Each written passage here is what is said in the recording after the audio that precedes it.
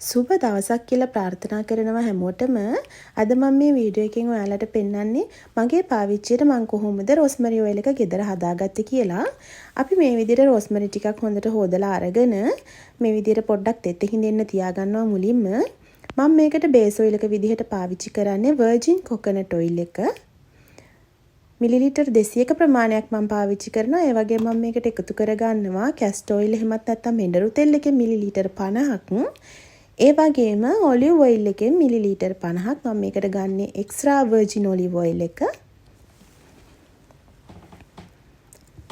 ඉතින් මේ දවස්වල මෙහි සීත නිසා ඇත්තටම පොල් තෙල් මේ විදිහට ඝන වෙලා තමයි තියෙන්නේ. ඒ නිසා මම මේ ටික ඩබල් බොයිල් මෙතඩ් එකට මම මේ විදිහට මේ භාජනයට දාලා ටික වෙලාවක් රත් වෙන්න තියාගන්නවා. ඉතින් මම මේ තෙල් එක හදාගන්නේ ඩබල් බොයිල් ක්‍රමයට තමයි. මේ විදිහට තෙල් ටික රත් වුණාට පස්සේ මෙහෙම දිය වෙනවා. සම්පූර්ණයෙන් දිය වුණාට පස්සේ අපිට පුළුවන් මේකට එකතු කරගන්න එඬරු තෙල් ටිකයි ඔලිව් තෙල් ටිකයි.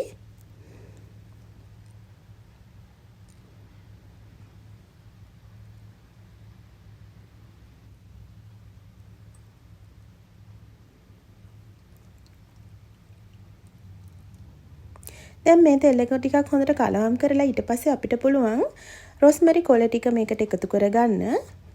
ඉතින් මම මේ තෙල් එක හිඳින්න පාවිච්චි කරන්නේ ඩබල් බොයිල්ඩ් මෙතඩ් එක.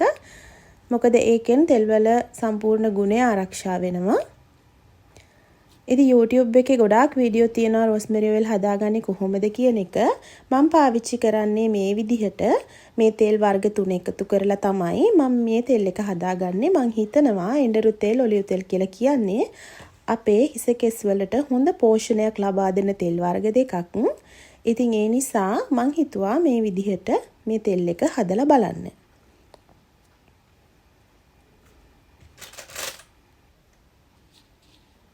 දැන් මේක මේ විදිහට පොඩ්ඩක් කලවම් කරලා අඩු ගින්දරේ මේක විනාඩි 25ක් හිඳෙන්න අරිනවා.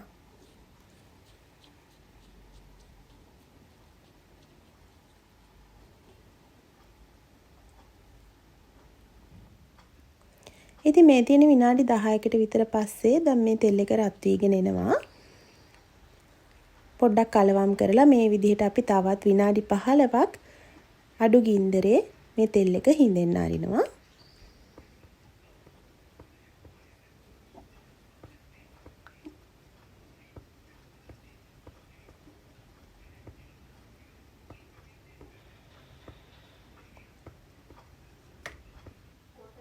මේ තියෙන්නේ විනාඩි 25කට පස්සේ දැන් මේ තෙල් එකෙන් හොඳ සුවඳක් එනවා. ඒ වගේම තෙල් එකේ පාටත් වෙනස් වෙලා තියෙනවා. ලස්සන ලාකොළ පාටක් තමයි තියෙන්නේ. ඉතින් දැන් මම මේක ලිපෙන් අයින් කරගෙන වෙනම භාජනයකට දාලා හොඳටම නිවෙනකම් ඒ භාජනයේ තියන්න අරිනවා. තෙල් ටික හොඳටම නිමුණට පස්සේ පෙරලා අරගෙන මේක හොඳ වීදුරු භාජනයක අසුරලා තියාගන්නවා. මම මේ තෙල් ටික සතියට දෙවතාවක් තමයි පාවිච්චි කරන්නේ. ඉතින් ඔයගොල්ලන්ට ඊට වඩා වැඩි වතාවක් වුණත් පාවිච්චි කරන්න පුළුවන්.